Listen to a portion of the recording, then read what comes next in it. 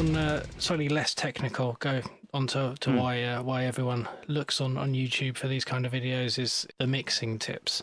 What I've always liked and loathed about metal in equal amounts really is it seems to be the hardest thing to mix compared to any other genre. Yeah, And, yeah, that and big orchestral scores, and I think you've kind of got it nailed. yeah. I suppose one of the things they've got in common, I suppose, which makes them so hard, is the frequency ranges that you have to deal with. Yeah, absolutely. I mean, metal guitars and then someone growling. You put those two things together, and they're fighting constantly. And when you add in a kick drum going at 300 BPM underneath, it's all good fun.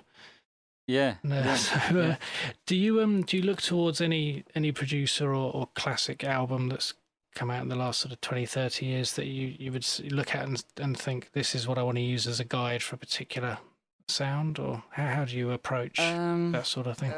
There's a certain amount of kind of what's got my attention at the time. Obviously things move in sort of fashionable waves, don't they, quite often? But it depends what I'm doing. If I'm writing something myself, for example, and I think I want that to sound like this, then perhaps. I think the main thing, not necessarily to even sort of name particular people, because it does go in waves with me, but I guess the main thing is like to not sound stale or old or out of date. So just try and keep it sort of modern, and obviously what's deemed as modern's always rolling on. I'm not a fan of ultra modern gent kind of technical, bizarre, proggy offshoot type things. I mean, even like if you pick, say, for example, I don't know, the guitar tones, they sound a bit brittle and harsh to me, but I mean, that's partly to cut through the mix and partly a fashion, and so there's certain things I don't like about sort of modern stuff. I don't like the kind of emo screamo type stuff either. I like You're not allowed. the voices to sound quite powerful and traditional. So I wouldn't say there's sort of a person as a producer. I mean, I like the work of sort of the usual suspects. People like Andy Sneap and Russ Russell and Rick Rubin, the old classics. Yeah, exactly. I mean, I'm not so much a fan of Rick Rubin as such, but They're quite old school, I suppose. the Metallica thing killed it for me. But I mean, I liked what he did on the Red Hot Chili Peppers, Blood Sugar Sex Magic. That was quite cool, but it's not metal. But that was good. But I think in metal scene, there's some usual suspects that you can usually look to. And Colin Richardson, or I'd say look at the back of your favourite metal albums, and you'll probably see one of those. One thing he's guilty of, which I don't like with modern metal, I think he introduced the really weedy snare. A lot of metal bands nowadays seem to have a really weedy snare sound that I just once you notice it it's like a fly buzzing around you, and it gets on your nerves. And, I mean, I grew up with sort of 80s, 90s metal, and I like the big, full sort of the Pantera snare is one that particularly stands out for me. Vinnie Paul, he loved having ones that fill the room with a almost Phil Collins reverb, which would be a strange mix, Vinnie Paul and Phil Collins. Well, like Metallica Black Album drums and things like that. I know what you mean. So at the same time, drums have gone through a funny thing recently, haven't they? They kind of changed quite rapidly, fairly recently, the sort of style. At the same time, I love the sort of modern clicky kick drum sound. I think that's more suited to metal than the sort of just thuddy sound of sort of 80s metal. It's got a lot more sort of attitude nowadays, I think, but which is all the more reason why I think you still need that snare to have that power as well. So moving on to how you would then when you put all your sounds together, any tips on making an album sound coherent from one song to the next? Because that's one problem I find I have is I'll record a song, be quite happy with it, and then I go to record the next one, and when I've mixed them both, I'm not entirely sure I would find them on the same album if I bought them off a shelf in HMV. Part of that, I think, is down to the writing and arrangement to a certain extent. Maybe the sort of tones and sounds that you've actually recorded as well. So if your guitar, for example, if you're using completely different guitar amps and tones song to song, there won't be that consistency there to start with. So I kind of think if you're making an album or an EP or something, try to come up with some kind of theme or formula that you want to be consistent throughout, being things like your guitar tones, your choice of drums and drum sounds, even down to the choice of plugins, and try and come up with some kind of theme that you can make it sound similar throughout. I'd probably say as a in the planning process, keep referencing back to that theme to make sure you're still on the right track, even if it's maybe choosing a reference song that you like. Build yourself a sort of a library for your album, so a particular kick drum sound, a particular snare sound, a particular reverb or whatever, just to make it sound like it's the same band being played in the same studio on the same day. Try and maintain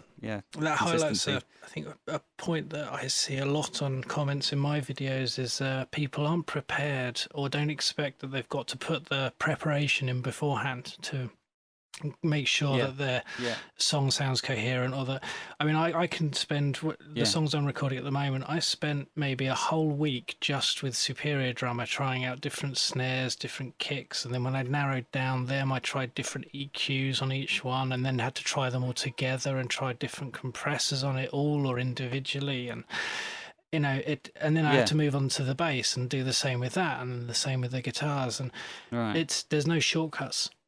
No, I mean the only shortcuts, if there are any, are what comes with experience and time. So after you've been doing it for years, you get to know your go-to kind of sounds, where to go if you want that particular EQ kind of sound, or where to go for this. You'll have a bit of a library of sounds, and you'll say, "Oh, I know that Superior Drummer Snare 5 is the one I need," and you'll just go straight to it because you know what it's like or whatever. So just building up a kind of repertoire of go-to plugins or sounds, or that's it. You can't just, to time and doing things over and over again really does show after, if you look back a year ago at mixes you do and compared to what you do now, you can immediately see what improvements you've made in that time. That's what I'm finding still.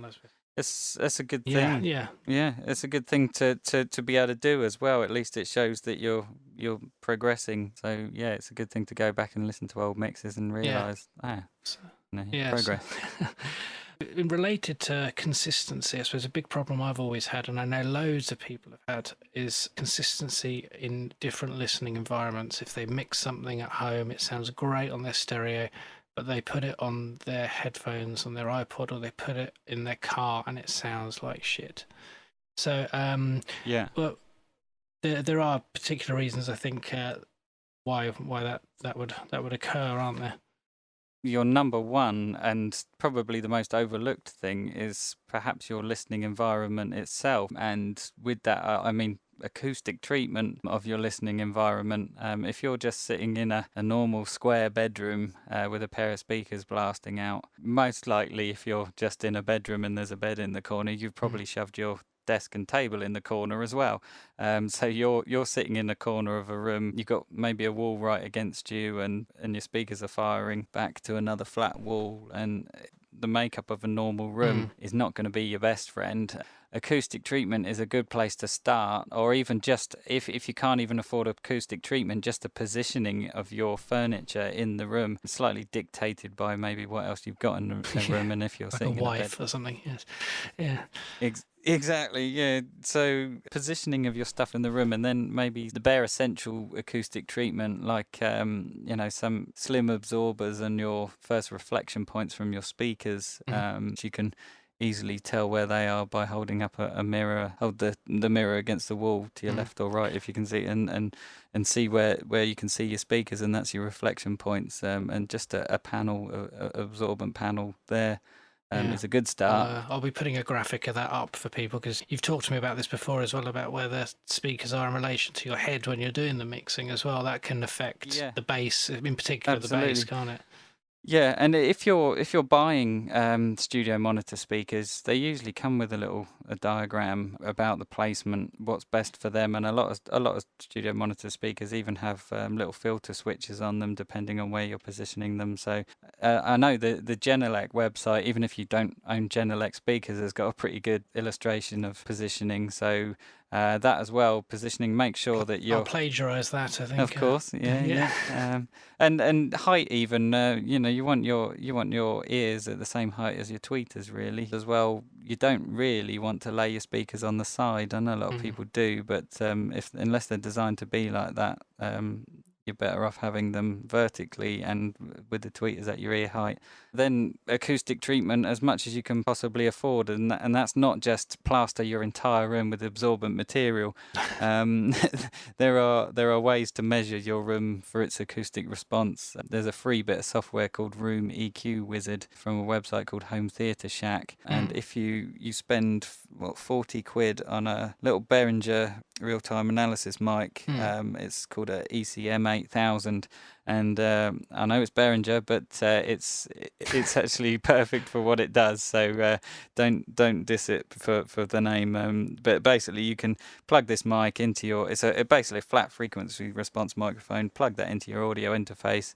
And there's instructions how to set it up, but you can basically do a sweep of your room, and it can show you where your room is perhaps lacking in certain frequency ranges. Without all that software, you can even test your room. If you just play a sine sweep from 20 hertz to 20,000 hertz, you'll probably hear, if you sit in front of your speakers, you'll probably hear at certain frequencies it gets quieter or louder, and those are where your room response is lacking or maybe got too much. If it gets louder, you've got too much in that frequency range. If it goes away, you can get certain acoustic treatments, stick-on tiles or bass absorbers and things like that, when placed in particular areas, can deal with those frequencies and therefore try and redress the balance. It's all about balance. So don't stick a load of stuff up, a load of sponge up, because you'll lose a load of high frequencies and then it'll affect. So depending on what you've got to treat. It sounds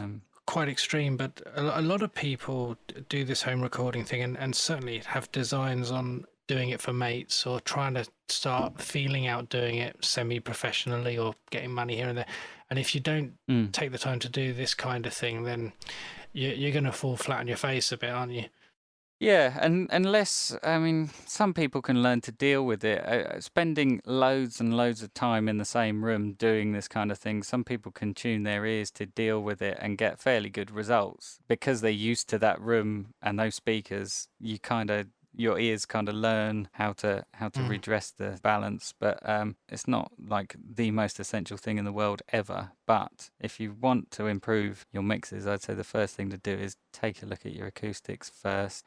You don't need to go out buying very expensive gear. And there's lots of, even if you look on YouTube, there's so many DIY ways of achieving acoustic treatment so cheaply that... YouTube is an amazing resource, isn't it? I mean, there's a lot of bad information on there, but if you spend the time researching it enough, it soon becomes plain who does the good information and where you need to go to get the good knowledge. Yeah, and as well, I think people giving out knowledge that you can see that's good knowledge, they're quite often not afraid to help people out.